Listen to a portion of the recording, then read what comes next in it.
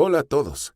Quiero agradecer al Dr. Alberto Campos García por la gran oportunidad de hablar en esta importante conferencia. Estoy seguro de que juntos podremos marcar la diferencia, una diferencia exitosa en las estrategias que estamos empleando para abordar esta pandemia del coronavirus. Una vez más, soy el Dr. Jimmy Gottman. He dedicado muchos años de mi vida a la medicina académica, tanto como médico de urgencias como profesor de muchos estudiantes y médicos.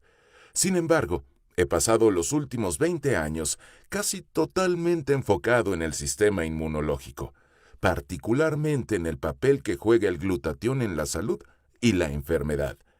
Para mí el glutatión es una gran pasión y he escrito extensamente sobre el tema.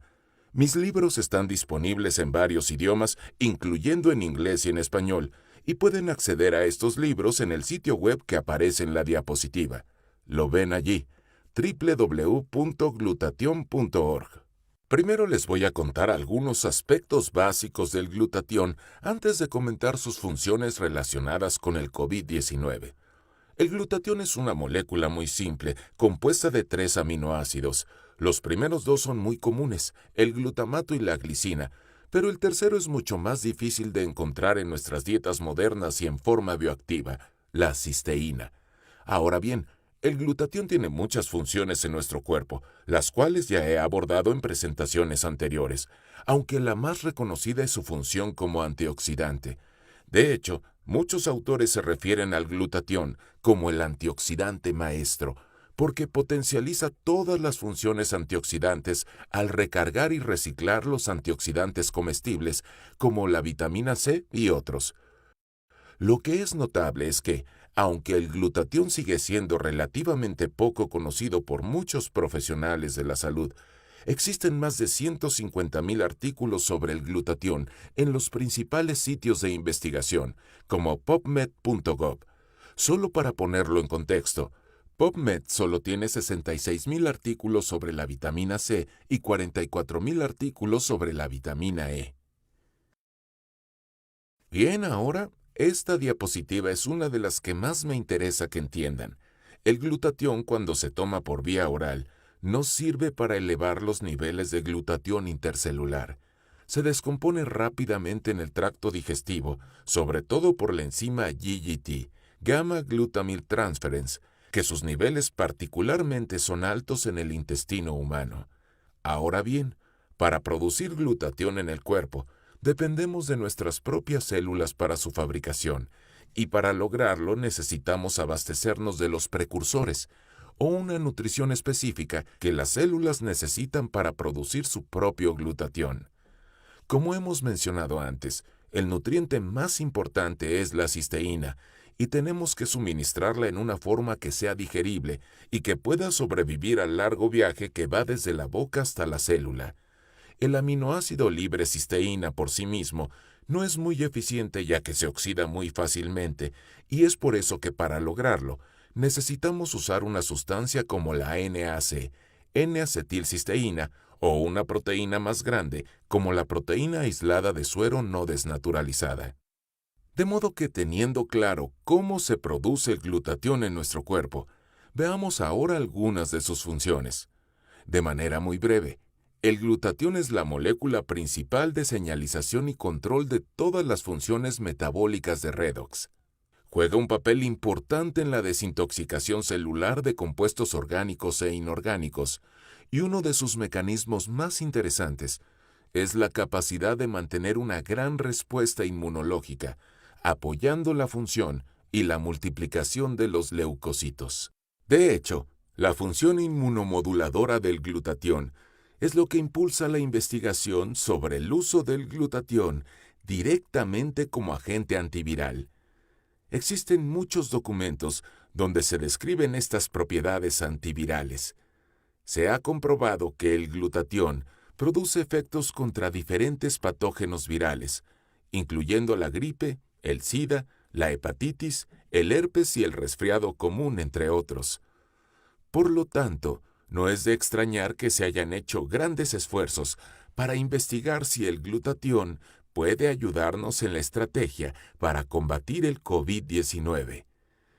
Creo que una buena forma de empezar es revisar algunas de las consideraciones teóricas que se hicieron antes de entrar en el tema de las intervenciones clínicas.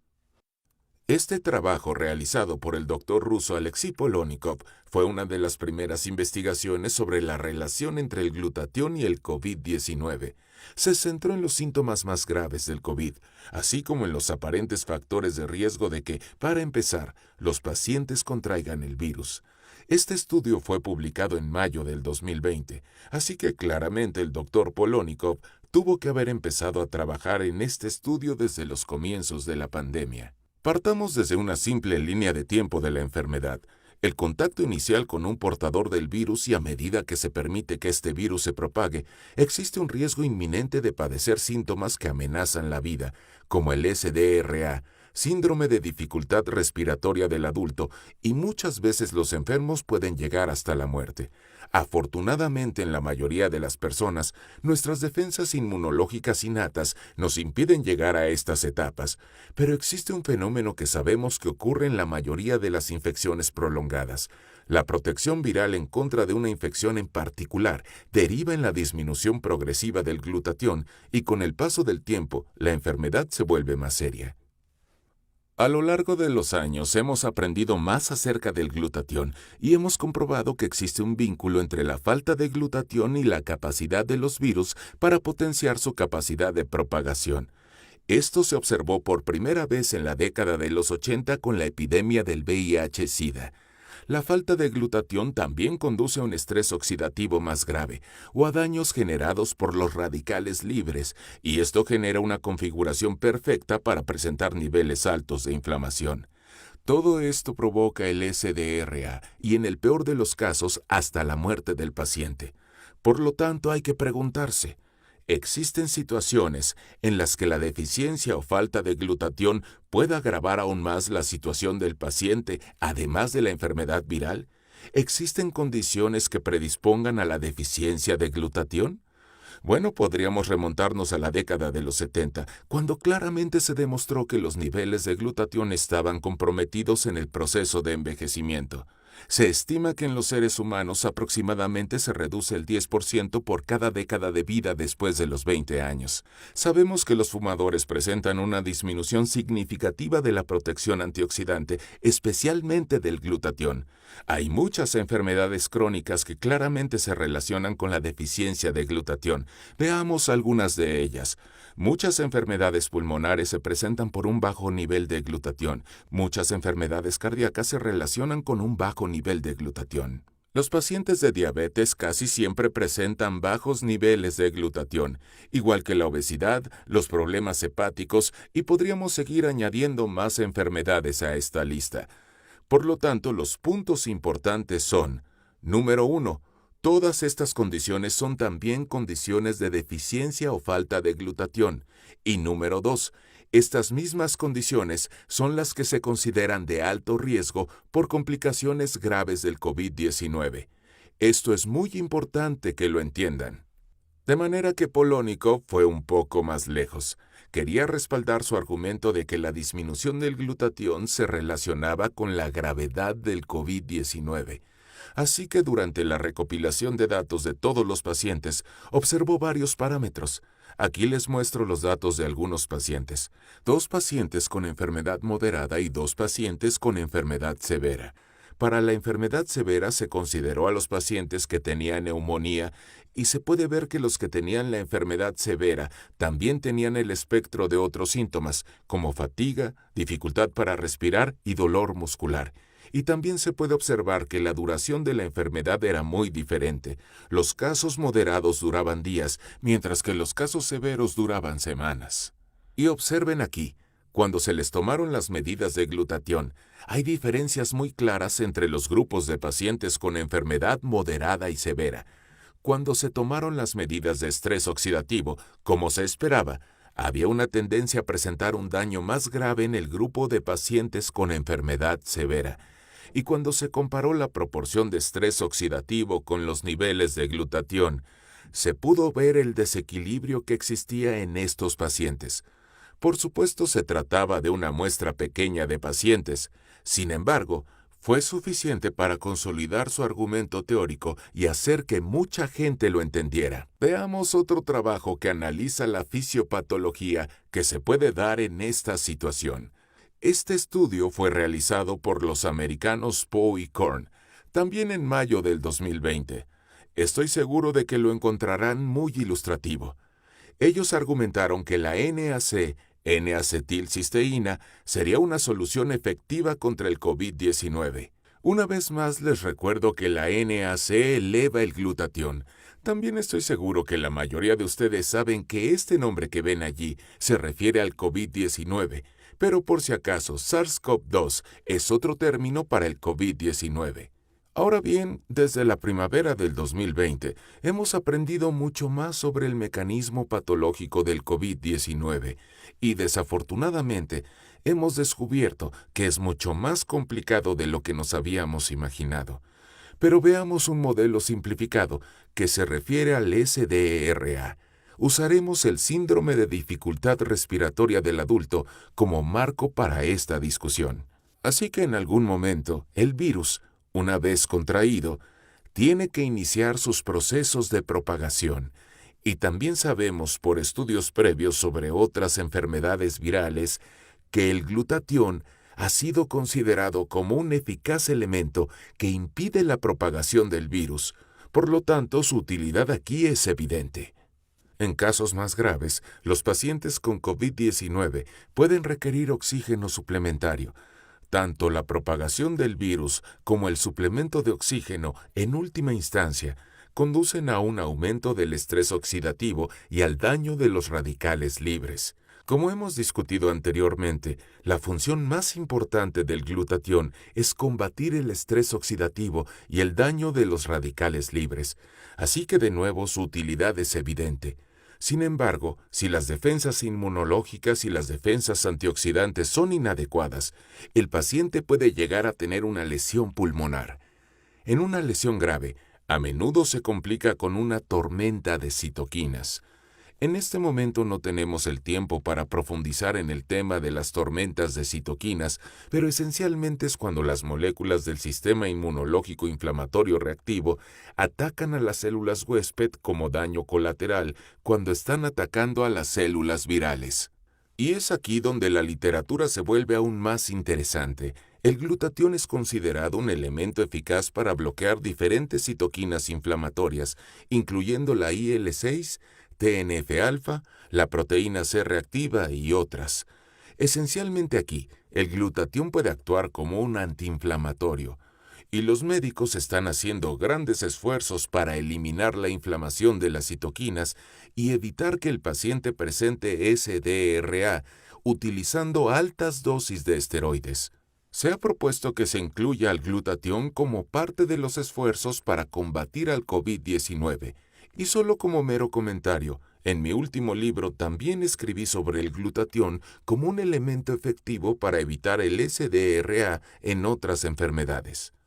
Así que lo que acabo de mostrarles no son los únicos artículos que consideran al glutatión como una alternativa para combatir el COVID-19. Hay muchos artículos más. Me gustaría mencionarles uno que personalmente significa mucho para mí. Es otro artículo que argumenta a favor del uso de la sustancia potenciadora del glutatión NAC, y lo que me llamó la atención fue el autor, el Dr. Silvio de Flora.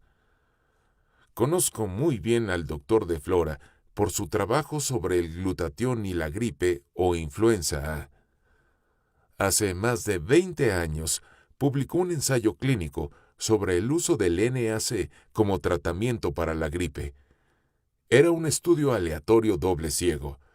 Su equipo recopiló datos de una gran población de pacientes mayores que habitan en hogares de ancianos y los sometió a un tratamiento con el medicamento que potencializa el glutatión, NAC, durante 6 meses. Lo que le interesaba investigar era el efecto que podía lograr, si tenía algo que ver con contagiarse de gripa y la forma como los pacientes evolucionaban. Así que miren esto.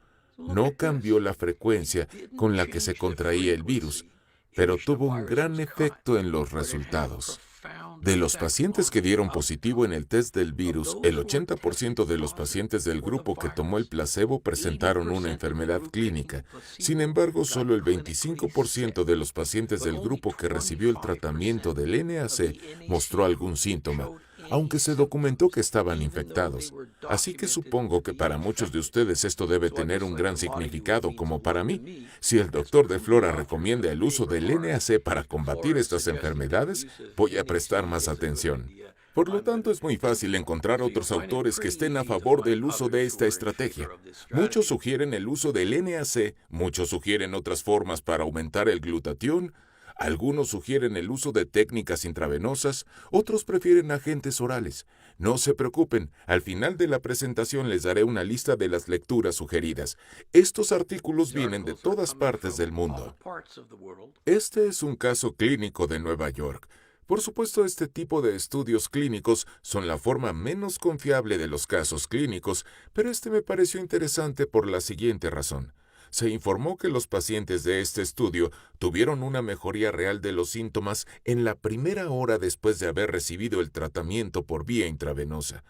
Próximamente podrán ver más informes sobre esto. Les pido una disculpa por las gráficas tan sencillas que usamos en esta presentación. El mecanismo real del COVID-19 es mucho más complicado. Se está haciendo bastante evidente que esta infección del coronavirus es una enfermedad del multisistema y hay muchos aspectos que aún se están descubriendo. Tengo que mencionar que muchos de estos otros daños de los sistemas están relacionados con la disminución del glutatión. Muchos problemas del COVID-19 se refieren a la actividad de la ACE2. El glutatión está involucrado. Muchos consideran que este virus es una coagulopatía disfrazada. De nuevo, el glutatión está involucrado. Podemos ver la tormenta de bradiquinina, podemos ver las consecuencias neurológicas. Todo esto tiene literatura que vincula los mecanismos con la función del glutatión. No es un secreto. Son áreas que están ganando la atención de las comunidades médicas y de investigación. Una visita rápida al sitio clinicaltrials.gov revela una lista en constante crecimiento de los ensayos clínicos que se han planteado o que ya están en curso para estudiar la relación entre el glutatión y el COVID-19. Echemos un vistazo rápido. Aquí están algunos de ellos. Disculpen la letra tan pequeña. Les invito a visitar el sitio web clinicaltrials.gov para que puedan verlos con más detenimiento. Por ejemplo, uno que realmente deseo ver es el estudio del Instituto Sloan Kettering de Nueva York. Es un área que cada vez gana más terreno. Y si alguno de ustedes participantes de esta conferencia son investigadores o tienen la oportunidad de estudiar el COVID-19, me encantaría poder estar en contacto con ustedes. Tal vez podríamos trabajar juntos. Y finalmente, en las últimas 3 diapositivas les mostraré algunas referencias a las que pueden acceder. Voy a mostrárselas rápidamente. Estoy seguro de que si lo desean pueden recibir una copia de esta presentación de manera que puedan tener la conferencia por escrito. Una vez más agradezco sus aportaciones y su experiencia, y desde luego espero recibir noticias de todos ustedes próximamente, y gracias de nuevo por su participación y atención. Les deseo lo mejor para su salud y cuídense. Muchas gracias.